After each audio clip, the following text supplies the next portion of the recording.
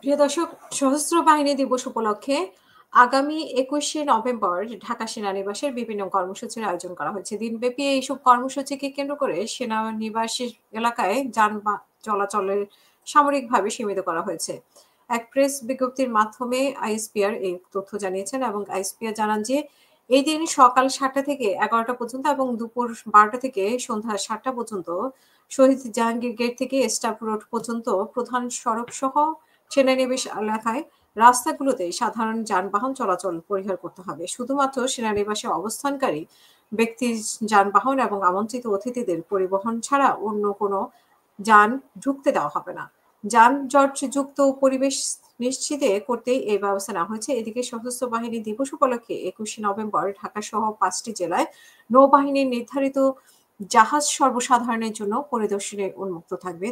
দুপুর ২টা থেকে সূর্যাস্ত পর্যন্ত দর্শনার্থীরা এসব জাহাজ ঘুরে দেখতে পাবেন।